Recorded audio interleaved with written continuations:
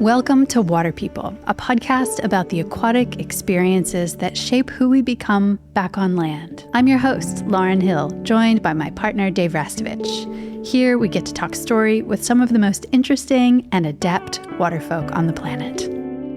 We acknowledge the Bundjalung Nation, the traditional custodians of the land and waters where we work and play, who have cared for this sea country for tens of thousands of years. Respect and gratitude to all First Nations people, including elders past, present, and emerging. This season is supported by Patagonia, whose purpose-driven mission is to use business to save our home planet. Good morning, David. Hello, Lauren. What have you been up to today? I've been to the local farmers market on the way to school drop and encountered lots of friends and other locals there and supported our local growers and just had a great time, as you do at local markets, and then dropped our boy off at the last day of school for the year. That's exciting. It's nice to be sitting down with you, getting to have a chat face to face. I have been listening to, this is a little cheesy, but The 5 Love Languages as an audiobook in the car. And it's so sweet hearing the author with his very rich Southern accent talk through subjects of love and marriage and, you know, all the stereotypes that go with that accent that he's sort of slowly putting cracks into. It's been really sweet. But I realized that one of my favorite expressions of love to receive is quality time and conversation. So I guess that's part of why I love doing the podcast and love getting to sit down with you and throw some questions around. And today is a different kind of episode. Instead of having a guest, we are turning the mics on one another and answering listener questions. We've got a bunch of really provocative, juicy, interesting questions that we've pulled from you all, and we're going to dive right in. Great. The first one is an obvious one. Tell me, Dave, about a time or experience after which you were never the same. You've answered this before, but maybe think of a different time. I can't even remember what you said last time. I can't either. Yeah, I have no idea what I said the last time that was asked. Now I know how people feel when they sit across from us and we throw this one at them. Yeah. But usually they've been primed a little, so I didn't get one of those, and I'm thrown right into the middle of things here. So let's say in the last year, I would say there's been a few of those moments where I just don't feel the same after them. And I would say that going on the road with Jack McCoy in his final days and weeks of his life and seeing him somehow making his body follow his will, even though it was like an organism that was fading. You know, he was so short of breath constantly. He was so kind of frail on his feet, you know, walking and things. You saw how he was shuffling around and he was struggling, like really struggling with his body, but he was not struggling in terms of his spirit. And seeing how common the dying process is in the West, in a sad, isolated room in a hospital or in a nursing home, or just pushed sort of to the side of things in the way we deal with death, which is kind of not dealing with it in the West, modern Western times. And then seeing how he was doing it. He was on the road showing a film that we were together in making and touring years ago, 20 years ago, Blue Horizon. And he was sharing it with like a few hundred people every night. And he had a stage show where he'd talk story and give back sort of story to his favorite shots in the film and other moments in his life, key things. But it was really that thing of just seeing how he was just fully committed to his art and doing what he wanted to do till his last possible moment. And that the night before his last day on Earth, he was showing his film to a whole new generation and people who had seen that film, you know, 2 decades ago. And then the next day he was with his granddaughter and he went to look at the ocean and then checked out. And that just left me with this different perspective on the dying process. I feel like my dad split really suddenly and violently and dramatically and in an isolated way, very, very isolated, just, solo guy. And Jack just did this in a different way. And so before that experience with Jack and after, I differ in my perspective on death. And that certainly led to me then diving into the next few months of sailing and going to sea and learning new skills and sharing that with you and Minnow and my family, larger family. Really, you saw that happen to me, that feeling where I was now is the time. Mm-hmm. I dream now. I'm dreaming now. Yeah. I'm not dreaming for some later point. Well, that was the, people keep asking me about the building this boat. And there was a bit of a switcheroo that happened where, do you want to tell that story? I mean, that was the immediacy of that moment. Yeah, well, that's exactly right. Thanks for the reminder. It was right at the same time I was ill from, nasty river water. I'd had a really unwell few months. The rain had not stopped falling. I kind of lost my building partner in Tyrone, who moved to Tassie with his family, which was great for him. But I was left with a bit of a workload there that I just couldn't meet. And I had a commitment to try and finish the boat by spring. And then all of a sudden, the exact same design, the exact same boat became available to purchase. And I had a bit of a moral dilemma where I felt like I was a cop-out for even entertaining the idea of buying this finished version of the build. Yeah. But when I spoke with Wayne Lynch, who I deeply respect as a waterman and a sailor, surfer, master craftsman, he said, no, Dave, do it. Just get in the water. You just need to get in the water. People and ah with their boats for years and years and years, and builds can take much longer than you think. And he was just like, go for it. And so I did. And that was coupled with that feeling from Jack. And that go get it, brother, like live now. That was so Jack. He was so gung-ho, and it was hard at times to deal with, that gung-ho-ness. And I'm sure people who are listening who know Jack could relate to that. But it was also just get busy living, man, or get busy dying. It was just, a beautiful experience. Yeah. What about you? In the last year, that's the frame we're putting on this? Sure, whatever. Okay. Well, you had time to prep. I didn't, so I need to make some parameters to help myself there. Oh, gosh. There's freedom and boundaries sometimes, huh? It's nice to have parameters. One of the things that pops up for me this past year is going on an all-friend surf trip for the first time kind of ever in my life. Like just organizing a trip to do nothing but slide our brains out with friends. We've traveled a lot together, traveled a lot for worky kind of things over the years, but this was markedly different. And it was such a fun build-up being like on text threads with these other women that I love, respect, and admire so much that, I have relationships with as adult women surfers, which, those friendships kind of become rarer and rarer as we get older. But, we're sending each other waves that we're dreaming of. And just like, it was the kind of thing that the idea of this trip got us through tricky moments or monotonous moments in our parenting or in our work lives. And we had this thing that we were all looking forward to together. But the spanner in the works for me was that about 6 weeks out from departure, and I'd worked with our friend and exercise physio, John Comer, to create a program to get us really paddle strong before our trip, because it was in the middle of our winter. And so sometimes that can mean people aren't surfing as much or not making time to surf. Anyway, 6 weeks out, I started feeling really unwell and ended up with a rash all over my body in a way that I'd never experienced before as an adult.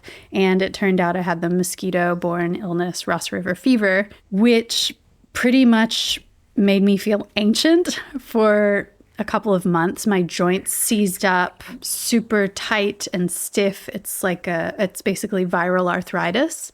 And I didn't have a lot of energy, a lot of fatigue, a lot of resting. I wasn't able to surf for that whole time. I wasn't able to train with my friends, even though they were all meeting just around the corner from us here to get paddle fit and strong.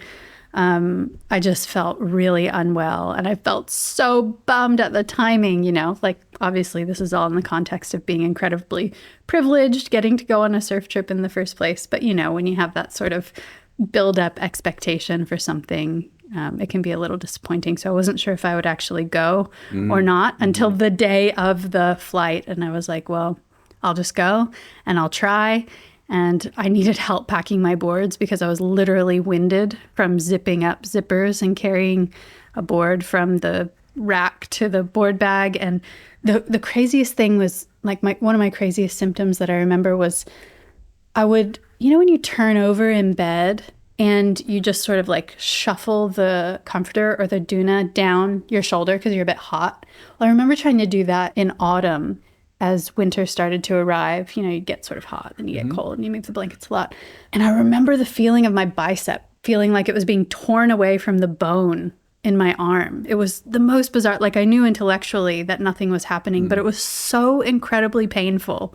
And I was so sidelined from doing almost all the things that I love. I'm so grateful to you for supporting me through that because it was really tough. And so anyway, I had decided to go and I had to manage my energy, but overall I was deeply reminded of the power of being in the ocean to heal us in ways that maybe don't happen on land because I was able to surf and have an incredible time. I took some extra naps, but it was a dramatic shift for me to go and be with women that I love and see these beautiful, beautiful waves, tropical, turquoisey, spinning, peeling waves. It's all very healing. And that sounds super cheesy, but it was a great reminder of that. That links into the chat we had with Anna before you left, where he said the antidote for things like chronic illness like that is enthusiasm and excitement and joy. And he was like, go, you're going to be healed by it. And that was, I remember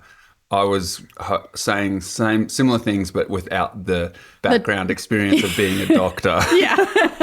And so when he said that, I was quietly just like, yes, say it, Anna, say it. And then you went and you were getting wheeled through the airport on the way there. And then you surfed your brains out and you came home. How were you different? So before and after, who were you?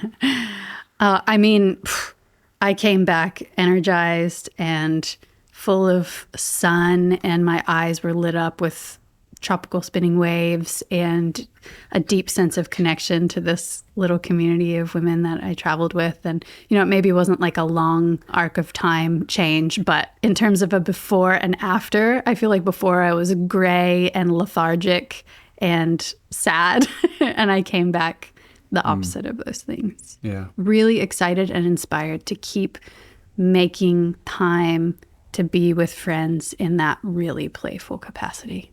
Wonderful. If you hadn't chosen this career path, this surfing life, what would you have done instead? Was there a backup plan? Yeah, Lauren, what would you have done? Your turn. What? You're just going to be the hand on the steering wheel the whole time, throwing me under the bus while you get time to think about these things? You can look too. Okay, great. That's good. That's the better way to do it. We'll both share this a little bit. Well, in my early 20s, my plan was to be a cocktail barman and go around the world surfing, listening to great music at night and slinging drinks. And what kind of cocktails would you have made? I'm sure you would have gotten very creative. Really, really bad ones. I'm a terrible juggler too, so I would not have been like Tom Cruise style guy from the 80s. But that was that plan then. And then in my 30s, when I was really tired of doing the same old thing, but mostly tired of having surfing connected to a career and just being in the same circles for so long. I was ready for something different, and I actually went and did the teacher training course with Arna Rubinstein for the rites of passage work that he does with young people, and I really loved that. And I recall that being somewhere in my 30s, that being the new way forward for me, which potentially we'll revisit when Minnow finishes school, and I really crave being around young kids because I love the company of kids and youth energy. So that was there in that little brief time, if you remember. I was entertaining the idea of doing beach-centric rites of passage rather than ones in the bush that other people do. I remember talking about hosting silent fasting retreats for ease of the facilitators. No, you don't hear any complaints when everyone's sworn to silence and they don't have to cop my terrible food and cooking. That was one thing. Then also, lei making, turning the farm here into quite a flower haven and making leis for the local celebratory spaces in the area, weddings. I hope we things. revisit that one. Yeah. How about you? So again, I'm going to reference the 5 love languages. But so the guy who wrote it, he's studied anthropology and he's a therapist. He's worked cross-culturally, which I find interesting. And that's why I wanted to listen to that book. And a lot of people recommend it. Have you read it? No.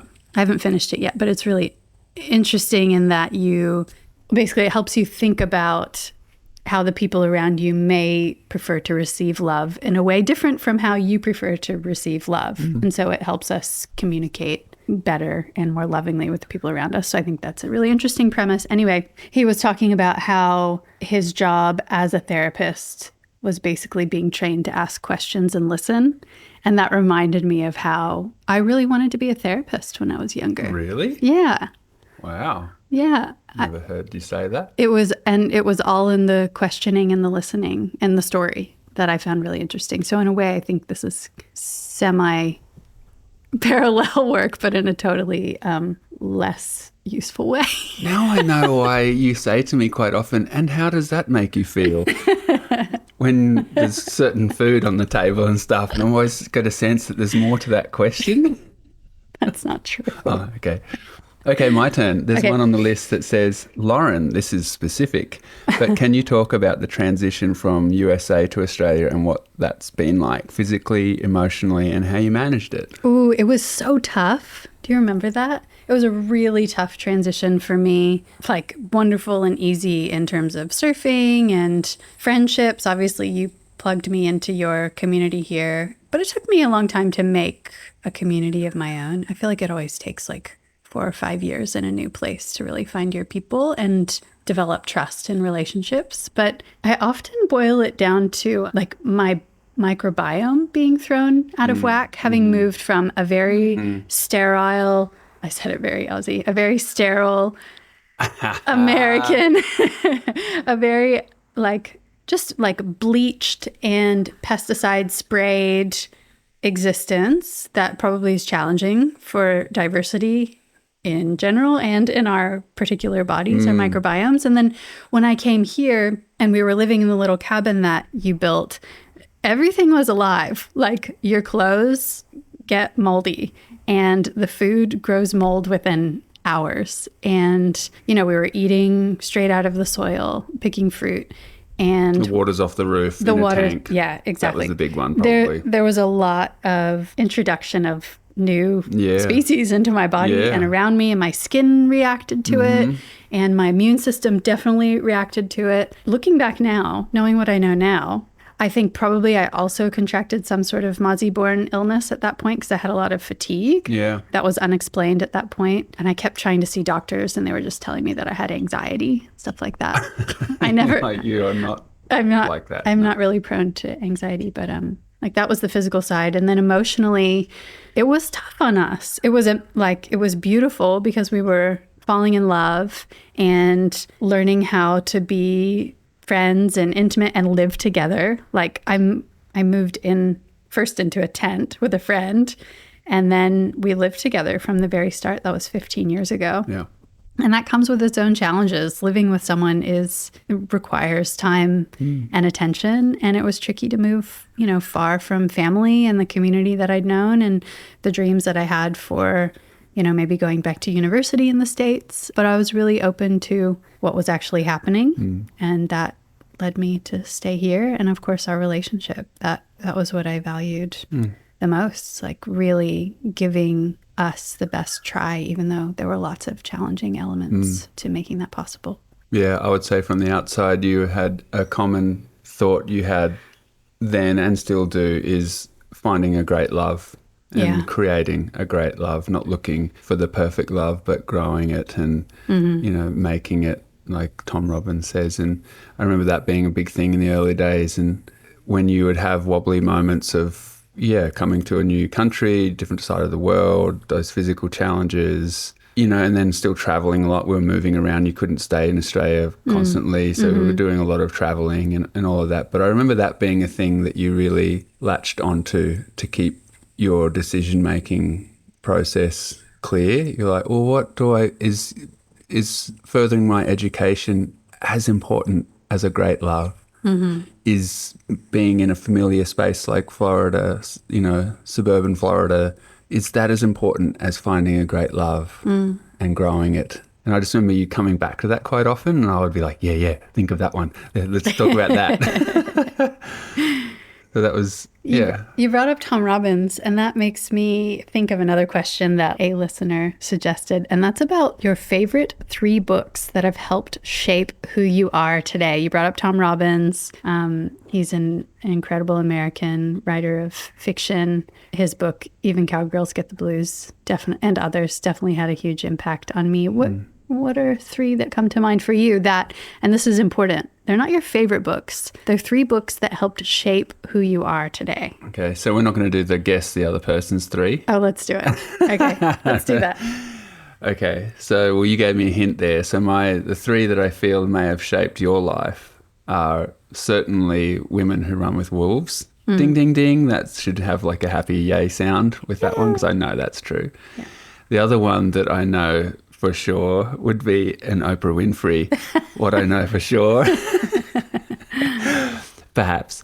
And then the third is a questionable one for me, actually. And I think maybe it would be a Tom Robbins, one of his, but I wouldn't have been able to say which one because he's written so many. I can't remember which one really stuck with you the most. I know the one that starts about the unbelievable vibrance of beetroot is something that I feel like has stuck in your mind. Yeah, for me, definitely he is on the list. I'm not sure exactly which book, but just go with Tom Robbins in general. The way he weaves both fictional story and conversing about everything, politics, religion, love, life, food. He weaves it all in the most interesting way. His play of language just has always inspired me. So tell us the 3 that you have. So I'm going to say that one. Yep. I'm going to say Even Cowgirls Get the Blues. Yep. And then I'm going to go way back, and I'm actually going to say the Bible. Wow. Not because has been my preferred reading, but because it was my childhood. I was drawn to the Christian church in my teens, and I loved it for its sense of community. It definitely offered something that I wasn't getting anywhere else in my life. But it was where I discovered question asking to be problematic in some settings.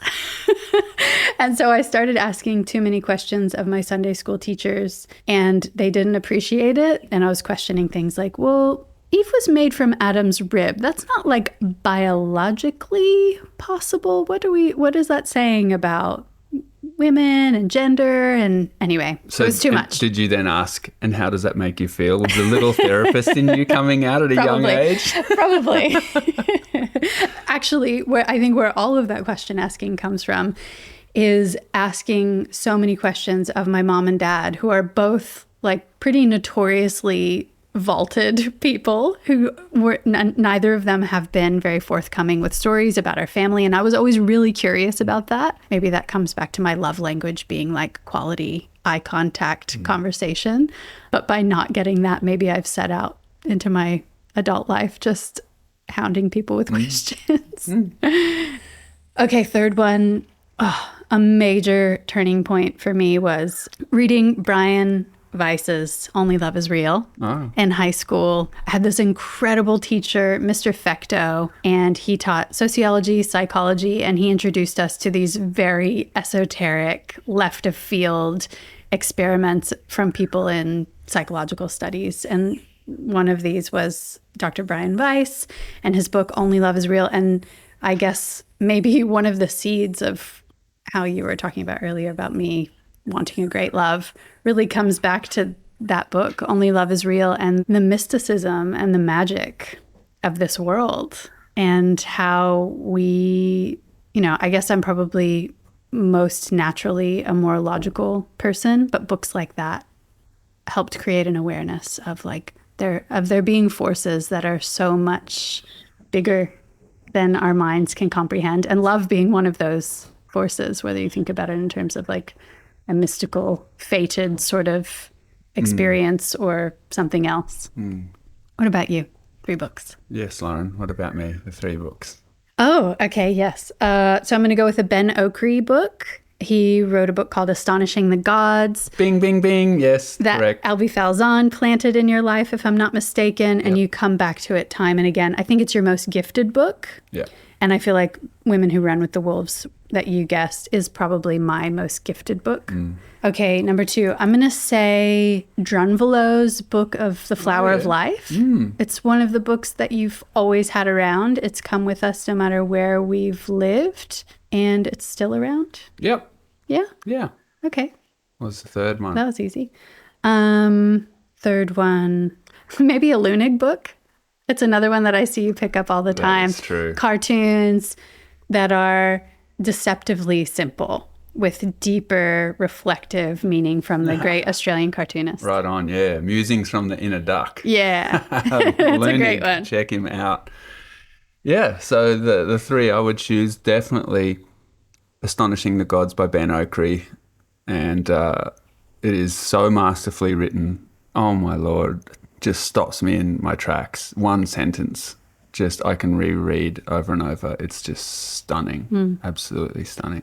Second one would be Leonard Orr's Breaking the Death Habit. Oh, yeah, that's right. That one's always been on the shelf, I rebought that one recently, and I was going to gift it to someone, but then I couldn't let it go, so we've still got it on the shelf. And that one, for when I read that, I was around 20 years old, and that was all about his quest. He was the guy who started rebirthing as a healing modality, which was basically being in a bath and doing a certain breathing pattern, and he found that it would take people back to their births, and if their birth had been traumatic, the person could essentially review that birth and release the tension and the trouble in their body from that birth. So he's a pretty cosmic guy, but he went on an even more cosmic search to find living immortals, people who had lived beyond 200 years of age in the one physical body. And that book is unbelievable, and that's actually what got me started in my 20s with doing personal experiments. So fasting every Tuesday, being silent every Tuesday, having days of rest, just experimenting, also being aware of the benefits of being around a fire, because he states that every immortal had the same certain things going on no matter where they were from around the world, and that was every day they bathed in fire and it cleaned their energy systems in their bodies. Every day bathing in water, so we've got that one pretty sorted. And then every day music, playing and being in a creative act, so art and music, basically being in adoration of life, the universe, creation. And then there were a few other things, but that one's a definite one. And the third one's, I guess, a bit of a meandering one, perhaps. Yeah, those Flower of Life books. I mean, you have it Couldn't really tattooed say. on your foot. The pattern, yeah. Something like that. Okay. What's next? This person writes in, I would love to hear more about what it took to be living the way you all do. Home, farm, surf life, garden life. What do you think of when you hear that question? I think of, over the long arc of time, I feel like I've been in an especially busy season the last few months, but over the course of our decade and a half together, I'd say we very much prioritize spaciousness and time, owning our time. And that has meant saying no to things, and definitely saying no to moneyed things at times, but retaining the ability to respond to the conditions of the living world, the wind, tide, swell. That's definitely been a constant and hasn't always been true, but it's definitely been a guiding part of life. To keep surfing as much as possible has definitely been one of those pillars. And then with the garden, I feel like the garden was just became another outlet for connecting with the elements, different elements at different times. I think when I look at that question, it says home, farm, surf life, garden life. They all feel like things that neatly sort of slide in with each other, kind of like a piece of music, you know, like you don't do all the strikes on a drum or a guitar or a toot of a horn and a lyric all on the same beat. They come one after the other. And, you know, if you haven't heard the drums for a moment, because there's some beautiful strings playing, then when the drums come back in, you're like, ooh, that feels good or sounds good. And so for me, it really feels like that, where it's like, oh, okay, the wind's been on shore, it's full of blue bottles in the water. You know, it's a little bit of a stretch to just be on autopilot and be like, I got to surf every day. So we let it go. And then it's like, wow, look at this though. With all this sunshine and this north wind, everything's growing like crazy. And then we get in the garden or we get busy. Like yesterday, you know, I went to the ocean. To get to specifics here, I'll give you an example. I went to the ocean after dropping Minnow at school. I was hoping to go surfing. It was quite wobbly. A big group of sharks had just come through the lineup. There was not one single person surfing. And I thought, today's probably not the day. And I came home lit up because I had a huge roll of mulch that's been sitting on the farm for ages. And I threw it in the back of the ute and I drove around the land and I mulched around all the plants and tended the taro along the edge of the creek, and then continued on with lots of farm jobs all day. Just got in a rhythm with it and was really enjoying it because it had been a while. Yeah. And that was that, you know. And so I feel like that's quite the dance here when it comes to those specifics, how they happen. One goes, you know, one is happening now and then the other is not. And they just come and go. Like today I went for a swim in the ocean. It felt so nice to just go and flop around in the shore break for a moment after being so terrestrial and busy working guy on the land yesterday. So I like the way we do that and having a bit of balance, the option to do that. Yeah. And knowing that, you can't do them all at once. And in fact, it's none of them really... none of those efforts really thrive and are at their best, and we try and do them all at the same time. You know, like, oh, I've got to get a surfing today, then I've got to go do this work, and then I've got to do this. It's not really our way.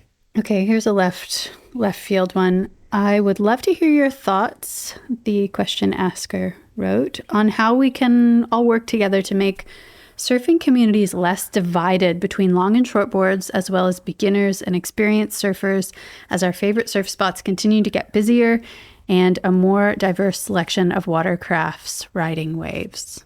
Ooh, what comes up for you? Well, what do you think? Because you surf the places where there's more range with beginners and all of that kind of stuff when you think of the bay and the waves you longboard. Yeah, we talked about this a bit in our episode with Holly Beck. She's a surf coach and a therapist. I think I'm a real, as I'm getting older, I feel a real responsibility to take responsibility in the lineup to like make eye contact with people, first of all, say good morning, like make it a lovely space to be with people when it's a crowd. Like, it's so funny when people try to pretend like no one's there by putting the blinders on and just paddling by people without acknowledging their humanity. I have a pet peeve for that. But also when people are doing the wrong thing, when they're dropping in, when they're paddling around, when they're snaking, whatever, like taking the time to call it out in a friendly, sort of jovial way, I think is the direction that we have to be going if we're going to be surfing crowded spots without like going into it too far. That I've really taken that on in the last couple of years. Just like if you see something, say something, be kind about it. If the person is being naughty and behaving back to you in an aggressive way, like make sure there are other people to back you up. That's the key thing, I think, too. Is that especially for women in the lineup. Yeah. Oh, man. Gee whiz. Yeah. I had that sort of moment not long ago where I was playing at the end of a wave, right at the very end of a wave with Minnow, a couple other parents who were with their little kids, like just the very end of a long wave, nowhere near the zone where people are taking it seriously and stuff, but still someone came through and did the wrong thing and then had whatever reason in their head to yell at the person that they just run over. And I called the guy out on it and sort of stopped him in his tracks by calling him out. But I had someone else with me verifying my point of view with him about educating this man, especially given that he was yelling at a lady in the water, which just pushes my buttons. But it was really effective to have a few of us educating this guy so he didn't just think someone else was it wasn't personal. It wasn't personal. So I think that thing, sticking together, and if you see someone playing up like that, I'm working as a community to educate them. Yeah, it just comes back to looking out for each other. Yeah. So, yep. And then when it comes to surf crafts, it's just like no one has any right to tell anyone what to ride. It's just ridiculous conversation. It's not even worth ever having with someone. But when you look at the way surfing is now, as where it used to be in the 90s, I've said this for years because I've been sharing boards for years with friends who were struggling on the pointy nose thruster of yesteryear. And when I got them on a stretched fish or something with a bit of foam, they just had so much more fun. Yeah. I realised lineups are actually happier these days because people are being able to catch a wave more easily, which means they'll probably let a few go. There's not so much desperation. And then when they ride them, they're having fun. So, there's nothing to gain from comparison when it comes to saying longboards suck or shortboards suck or anything of that nature. It's just a matter of choice. And it's really wonderful when you see someone make the right choice, which means they're having fun. We still do love to demonize a particular craft. Not we, but like as a culture. I'm thinking the about... boat deserves it. What are you talking about? I'm thinking about SUPs a few years ago that were really sort of given the side eye from many of us. And now foils. I wanted to ask you about foils in and around the lineup. What's your feeling? Well, quite often those two have been have copped it from people just because of the safety factor. Yeah. And I remember when the SUP thing came along, that's what it was. Is because generally it was people who were new to surfing and new to lineups would bring a big board like that into a lineup and just be clueless and let the thing swing around and take people out. And remember, we were seeing people getting punctured lungs and broken ribs. And one of our first episodes, Crystal Jameson talked about that happening too. Yeah. So that was a thing there. And then the foil thing is similar, where it's like, okay, near to people, probably not the great idea. And I think that just comes down to that. It's a safety thing and figuring out, like most things, like with jet skis when they first came out, we don't know the parameters. We don't know exactly what they're good for, where they belong. And then, they've been put in their place nowadays, hopefully, in most lineups around the world, probably the Gold Coast excluded, where we go, oh yeah, jet skis are great for rescue factors and when the waves are ridiculously enormous, but they're not for use to do step-offs in a 4-foot or 6-foot wave somewhere like Kira or a beach break around other people. Yeah. If you've enjoyed listening to the conversation so far, consider also subscribing to Water People on Spotify or Apple Podcasts. It'll help other people find the show. And if you're feeling inspired, leave us a review. We love hearing from you. And now a word from the folks who help make the podcast possible.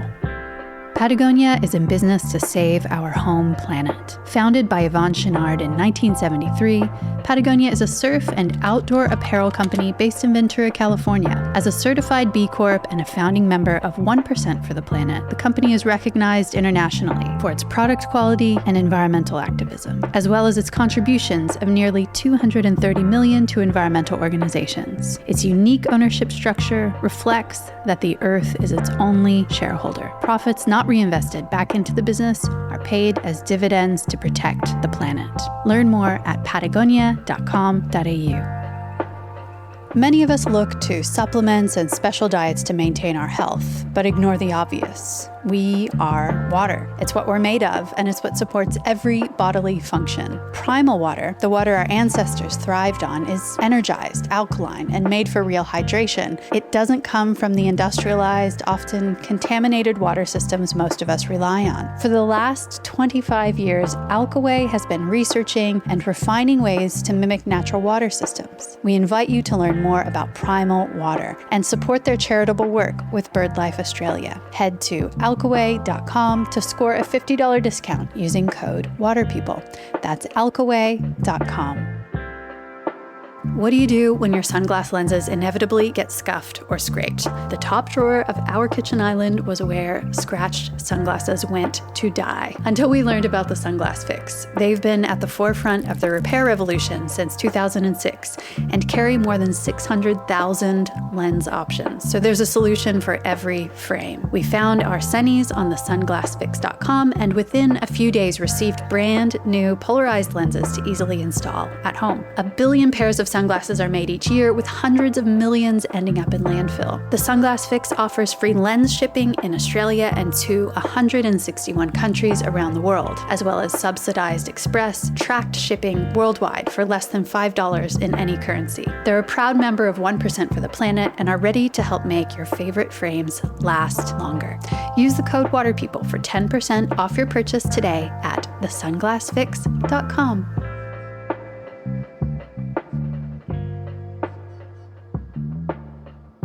Okay, this question is, what's the one thing? One?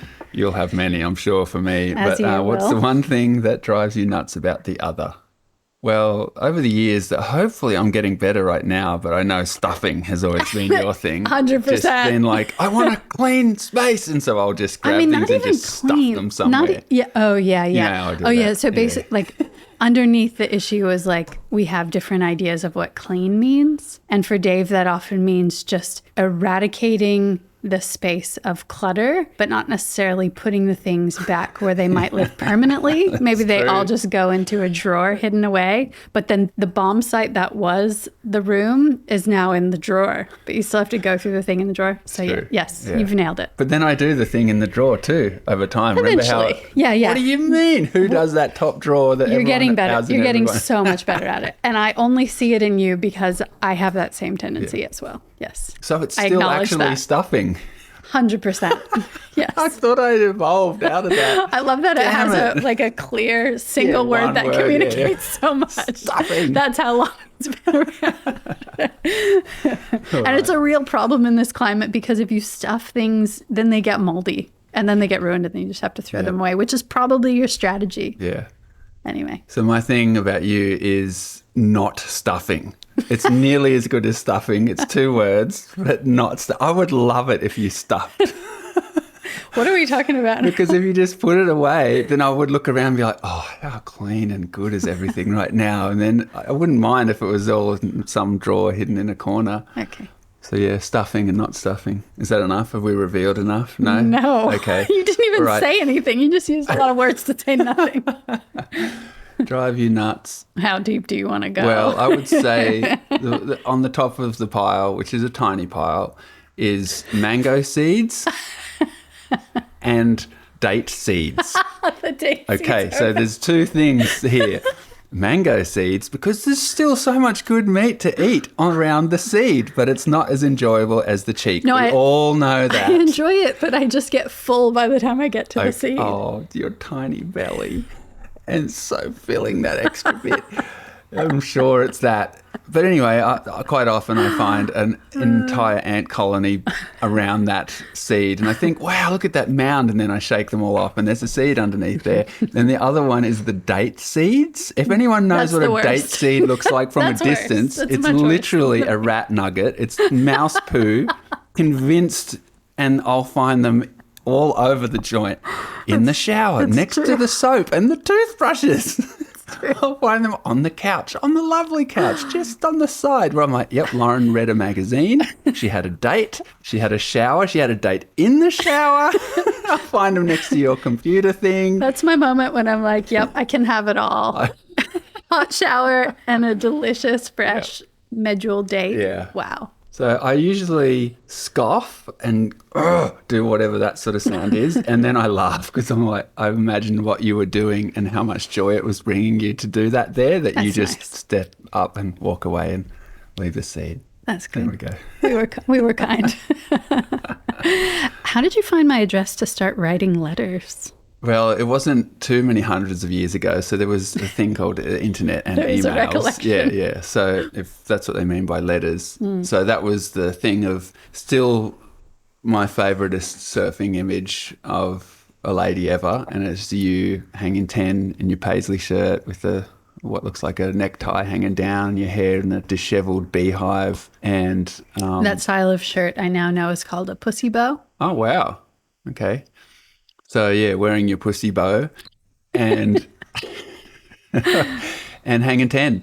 And it was just the most gobsmacking image and still is. You recently asked me to get an iPhone for the big sailing adventure, and it is the picture on the front of the iPhone when I turn it on. Okay, I feel like a demon in that posturing. I didn't ask you to get an iPhone. I just asked you to get a phone that is safe is for able safety. is I get able it. to communicate both with text and calls. Yeah, I get it. No, it's a good safety net for when you're at sea. But yeah, that image is there. So every time I use the telefrickin, there's your beautiful face. So I got that picture burnt into my brain when I saw it, and then reached out to my friend who was communicating with you for being able to run that picture in his book, and I got your email, and we wrote and we wrote and we wrote.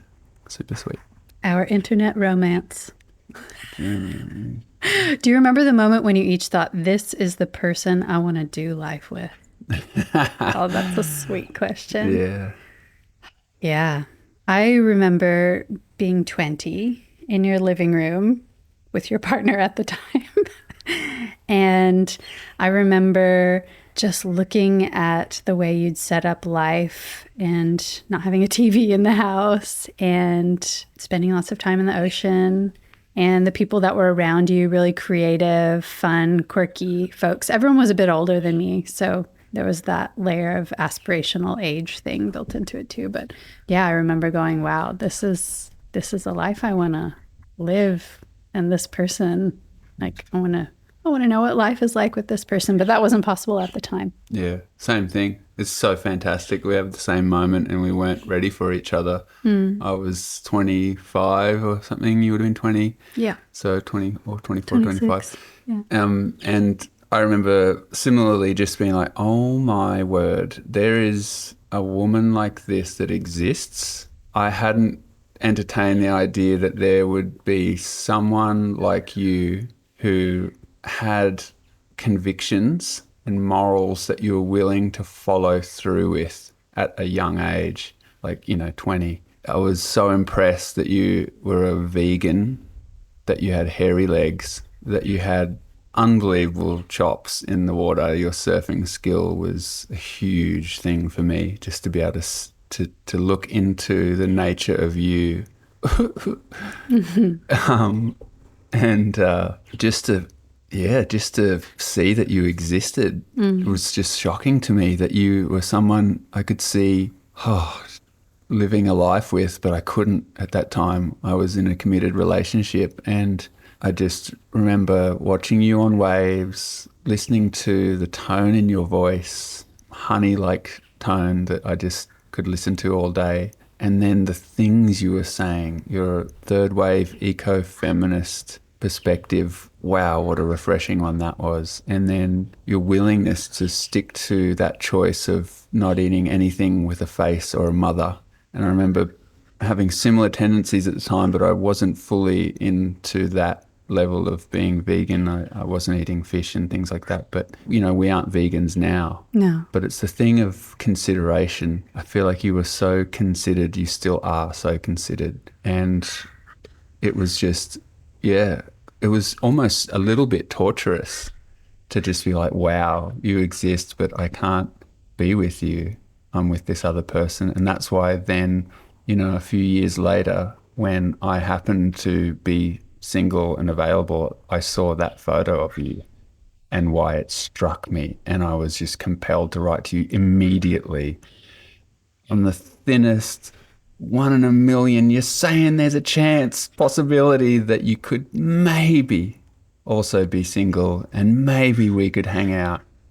And it was incredible that when I reached out, you were also single. And in that moment, we could talk and we could perhaps get together.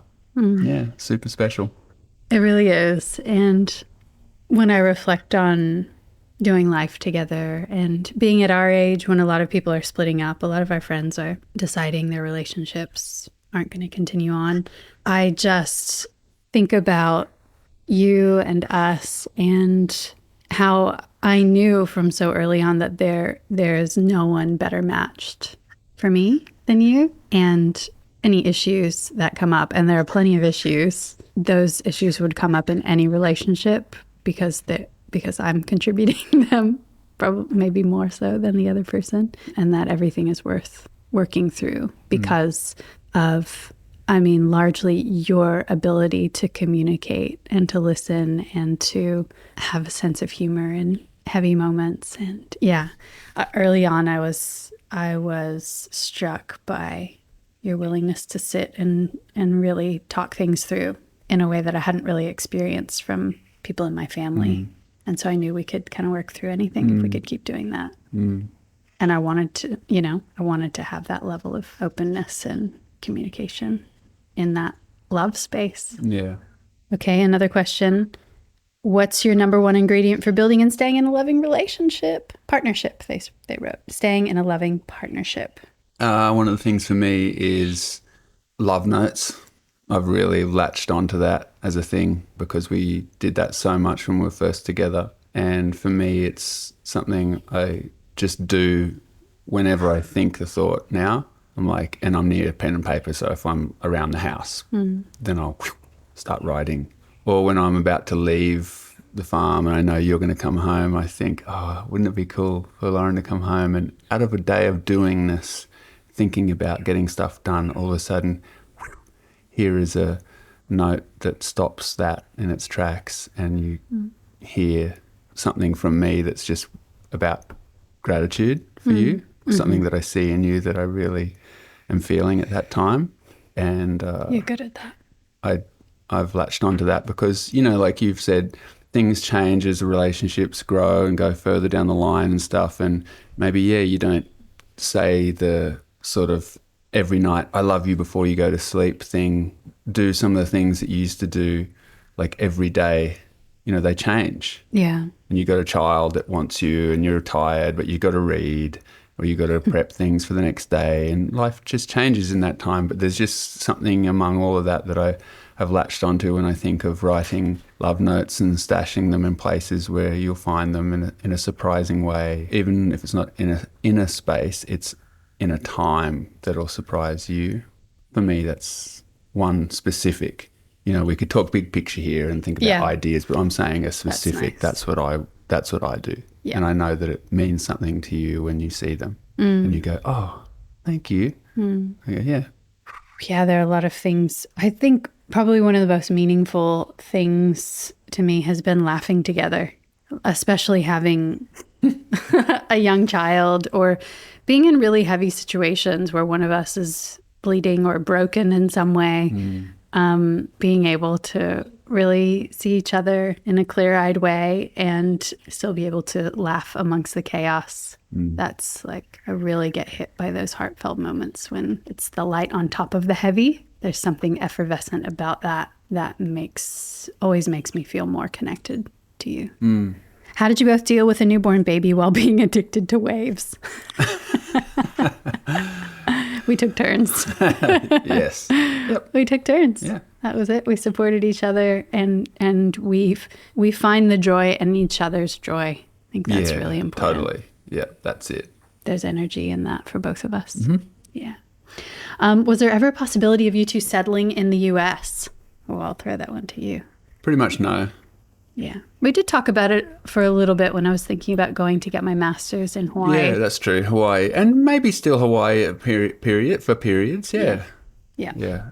It's pretty of a culture shock for us these days when we go back to Florida and the experience, to be specific, like the experience of having a child, and that child now is 8 years old. He's broken 2 arms and 1 leg. He's been hit by scorpions. He's like a little adventure boy, and he's not crazy, but he's not risk averse. Yeah. And we end up at the emergency department every year, and so do I.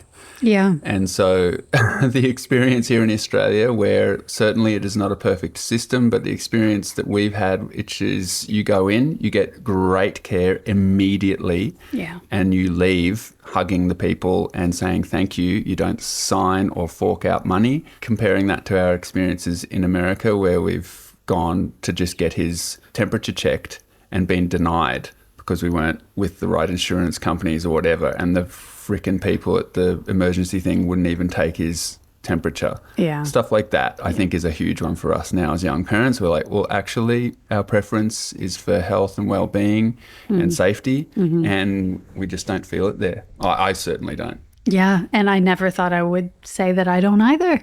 I did not expect that. I didn't expect to feel that way, but I really do now. Yeah. Okay, here's a bit of a complex one. In what ways has societal or family pressure of what a relationship should look like tested your confidence in how you choose to be together? If it did or does affect you, how do you both stand firm together that you're comfortable shedding the expectations?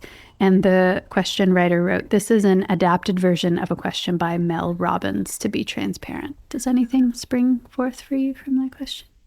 Not really, actually. I think our relationship is such a personal choice, a personal experience with so many unique to us aspects that I don't find myself looking to many other people for insight into how you and I can be together.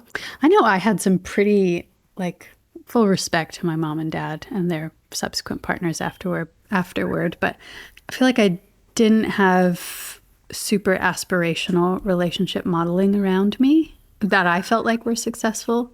And so I had a real clear vision of wanting to create something specifically around closeness and communication and a lot of time spent together. And I know that's not possible for all families. It wasn't possible in my family because of the pressures of the cost of life and then single parents. Those are pressures that I haven't had to face. Yeah, I feel like for us, we just know when things are in a right sort of way and feeling healthy and when they're not. Can we talk about this is different than that, but I was chatting with our friend Zara in the water a couple of days ago, and we were talking about what happens when we're out of orbit. Like, how do we each respond? And I was like, oh, well, we just both shut down. We don't, we ignore each other. And that's probably not the healthiest way to respond.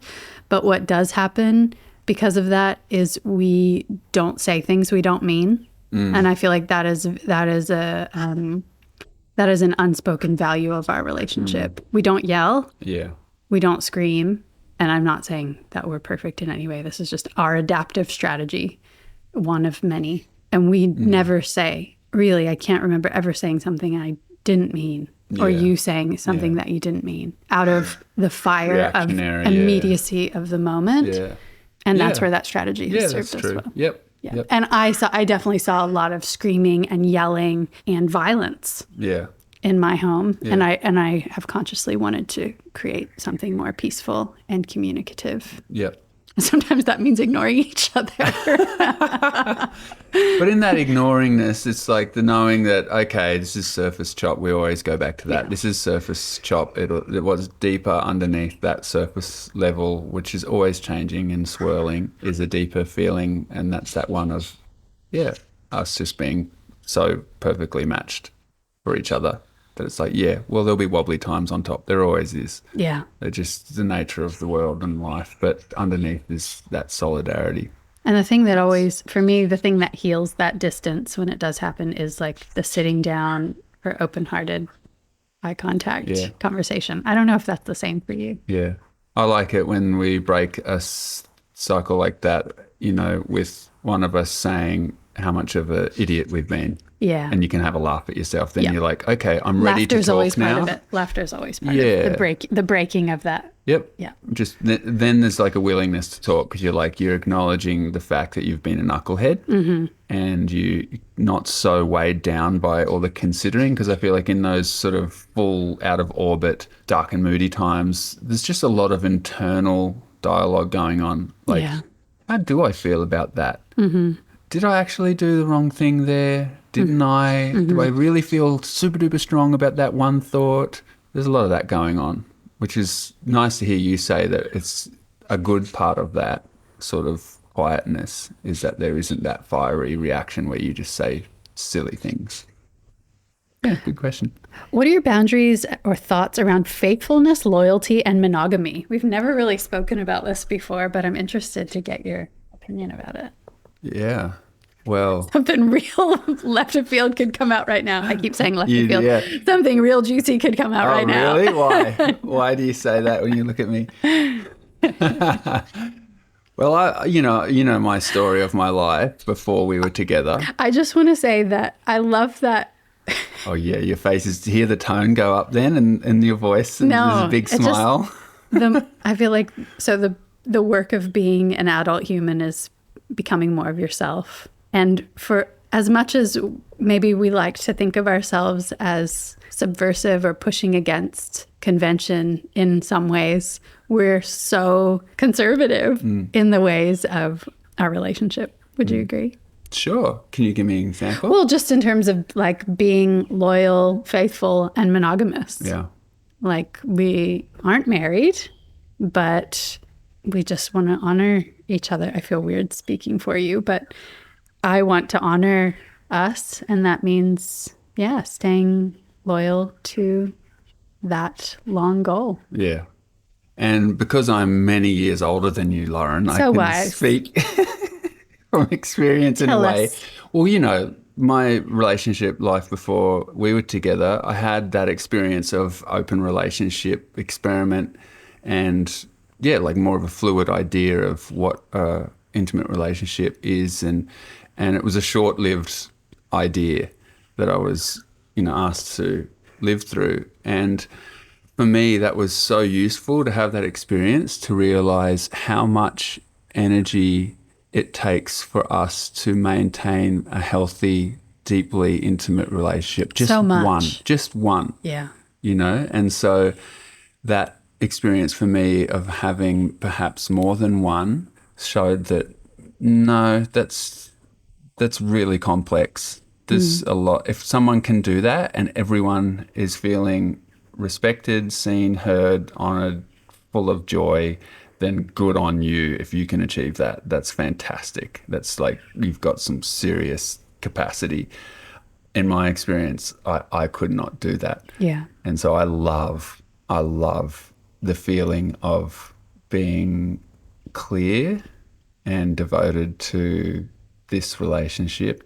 That's enough. That fills me with a type of faith in it, that even through wobbly times or death and birth, all these things that can be make or break situations, we just will hold each other and laugh and cry and laugh again.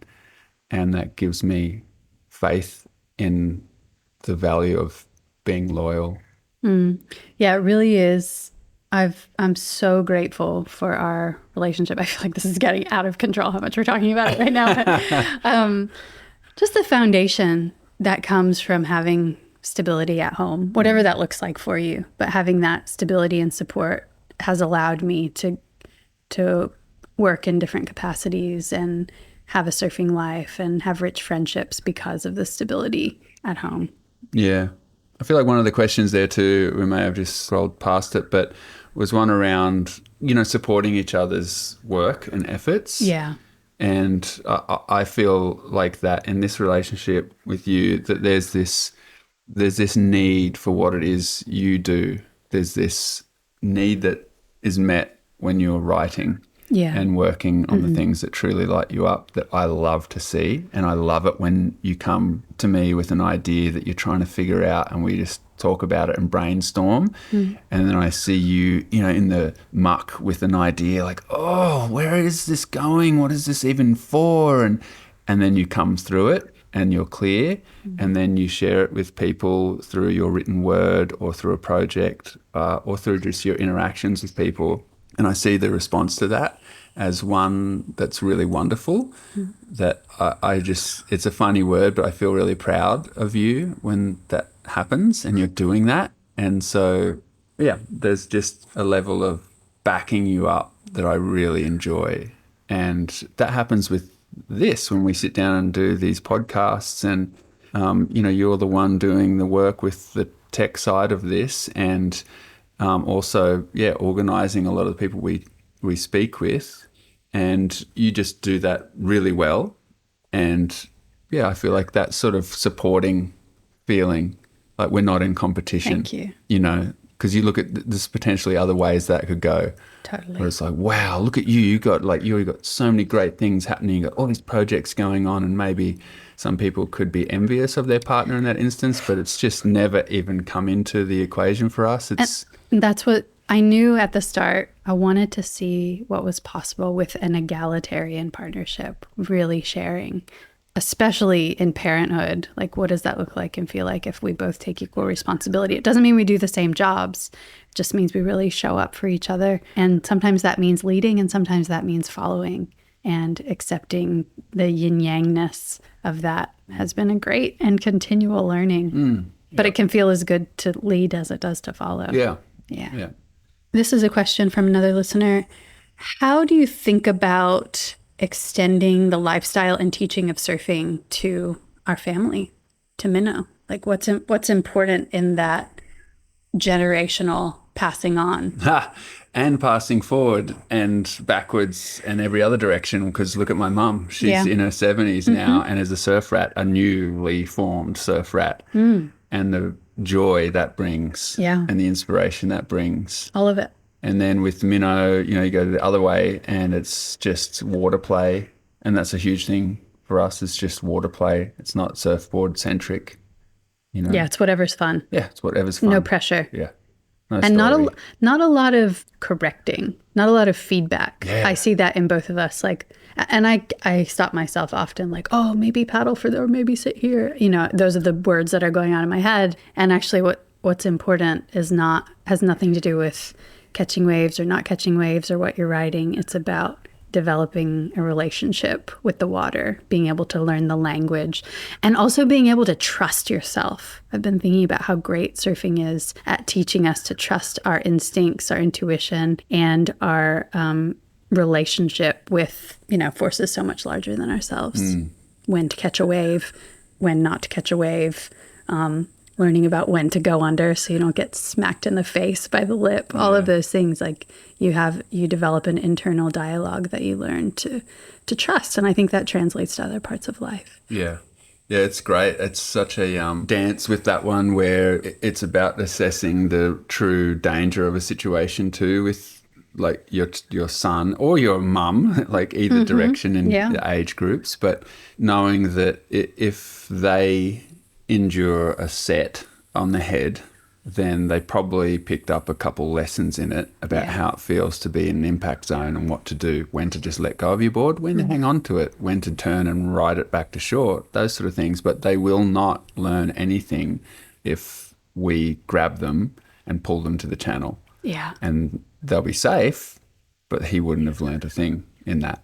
So within that, though, is the assessment of like, oh, that's a pretty dangerous section. Oh, there's multiple people who'll probably ditch their boards. I'm grabbing him and we're out of here. It's a timing. Or mum, get the hell out of there, Nanavon. Yeah. And you avoid that risk. Yeah. And it's like always changing, but that is a really great one to navigate. I love that because it's like, oh, you get the protective parental urge kicking in, but then you go, well, hang on a second, is there actually any immediate danger? Yeah. There's a challenge, and if I take him out of this situation, he will not get the opportunity to rise to that challenge or just learn or be schooled and still learn. So I love that. I think that's so great, and it's a lot of playfulness in that. Yeah, and allowing kids to develop an awareness of their own capability. And then when things happen, the big one for us, and I find that we've been really lucky with Minnow having a natural tendency not to add a story to things, is that not adding a scenario to something before it happens. So before we go in the water, not saying, okay, now you've got to be really careful because there's this thing over here, and then if that happens, they'll hit you there, and then you'll get washed up here. Like not building up a big scenario. And then the other side of an event is not building up a big story when a stack or something has happened, and then that child or that person doesn't want to go back to the ocean because they're freaked out about what happened.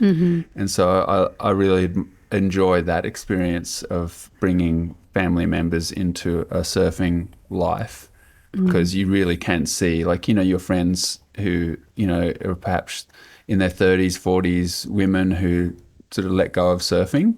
What's the story there? There's some story that's being told in their minds about that. Or maybe they just grow out of it and they go in a different direction. But I really love that experience as a parent, and being with other people's kids and seeing how we can help them navigate this big new world of the ocean in a way that isn't troubling or traumatic, but is also getting the best out of them and seeing them lit up by the experience. Speaking of which, what's been lighting you up lately? Surfing. So I've just come out of a sailing, busy social period in time, lots of things happening, also kind of a period of physical challenge with illness and different things through this year. It's been a strange year.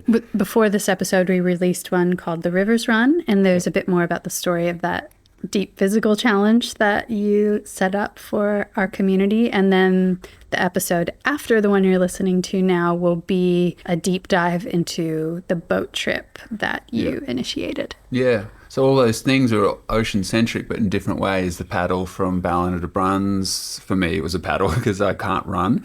And so I just paddled and swam, and then sailing is deep water sailing. You can feel it like surfing, but it's different. And then now, I'm just so pumped. I said this to you the other day when we went surfing together for the first time in a while. We hadn't had a surf like that in a while. Yeah. But I was just sharing with you how great it felt for me to notice a change in the wind and say, yes, I will meet you there, to that southeast wind. Saying, come, let's meet down the road here at this little corner. And I can say to the wind, sure, let's go. And then you could too that day, and we did that together. That to me is health, that is wealth, and that is very, very fortunate life. Yeah. I had the great privilege of getting to see Oprah Winfrey speak in person not long ago, just a few weeks ago. That lit you up. It did light me up, that's for sure. She is one of my childhood inspirations because of the way she brought great conversation and great questions into my home and into my life as a kid. Not to mention her incredible story of overcoming adversity, but that's another time, a different story. She spoke about greatness and how you can be kind of good or make a living doing anything, you can get by, but to be truly great, you need love. And when she was talking about that, I so thought of you and your surfing life and your surfing career because you have had incredible longevity with it, but also because I see how much you protect it and how much love you have shielding outside influence or meddling. And there's a large part of your surfing life that is deeply personal. You go away from people. You rarely surf in front of cameras. You really make sure your relationship is strong and connected with the ocean, with your surfing life. And I just wanted to honor that. Thank you. Yeah. Thank you. How do you see your life, our lives looking in 5, 10, 15 years from now? And maybe more specifically, what areas of growth will you pursue? I feel like that's the interesting part of that question. That was a question from a listener. Yeah. What areas of growth will you pursue? Well, 5 years we'll have a 13-year-old, and I would like to imagine his capabilities in the world are all healthy and strong. And that's into personal relationships, but also with the rest of the living world. So I'd love for him to be a strong, capable young man around the ocean, on the land, and with people. And for us, still able to laugh and be as we are now in, I'm sure, new and interesting ways. And then the same again and the same again. I just don't really think of projecting that far into the future quite often. I don't think so. Do you? Do you think I do? No, I don't think you do. But I think you have, maybe they bubble up organically, but you have big dreams. And maybe they come up and you service them pretty immediately, like the boat, like the garden. Yeah. Returning to those themes of your early life and influences and building something big and exciting as an outlet to dive into them. I'm not sure what the next one will be for you. Yeah, me either. Oh, great. What about you? I've been really leaning into creative life. I feel older all of a sudden. I'm 40. Not that feels old or sounds old to me, but I feel like I've aged a lot in the last couple of years.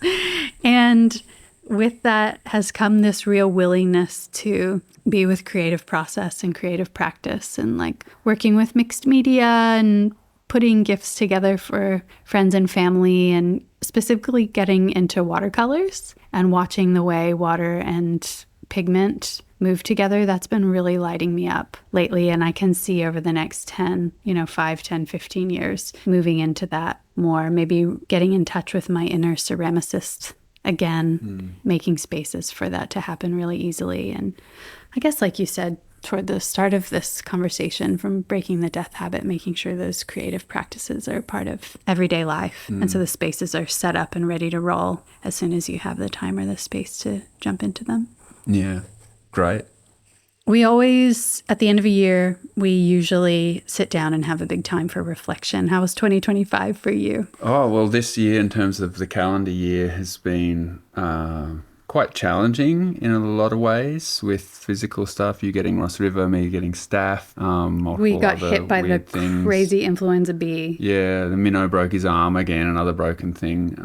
So there's a few physical things there. Family members getting quite sick and overcoming, thankfully. But yeah, a bit of a full year when it came to physical health. I think I was sick for 3 months out of this year, like really sick. Yeah. But then, other moments like then got to sail with close friends up to the Barrier Reef and follow through on great oceanic adventures. You got to go on your all friends surf trip and just surf as much as you physically could. And that was so great to see. And then Minnow really coming into his own as a young boy. Lots of really wonderful things too. Though in some ways pretty happy to look at 2026 around the corner and start a different cycle of some sort and wondering where we'll go next year with sort of some guiding thoughts.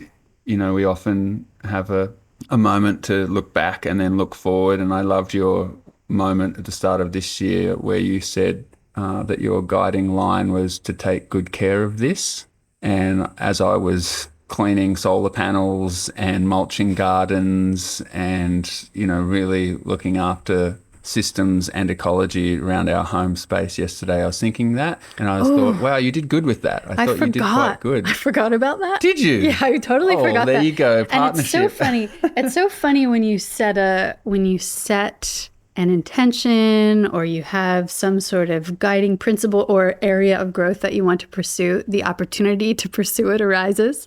So I just think about, take good care of this. I thought meant one thing, but for me, it actually ended up coming back to taking care of myself your body, and my health. Keeping your body. I had lots of opportunity to work out. Okay, Indeed. What does that mean?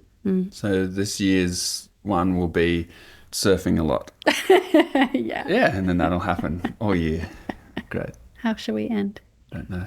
Do you have Do you have a line or an intention for the year ahead? Surfing a lot. No, I don't.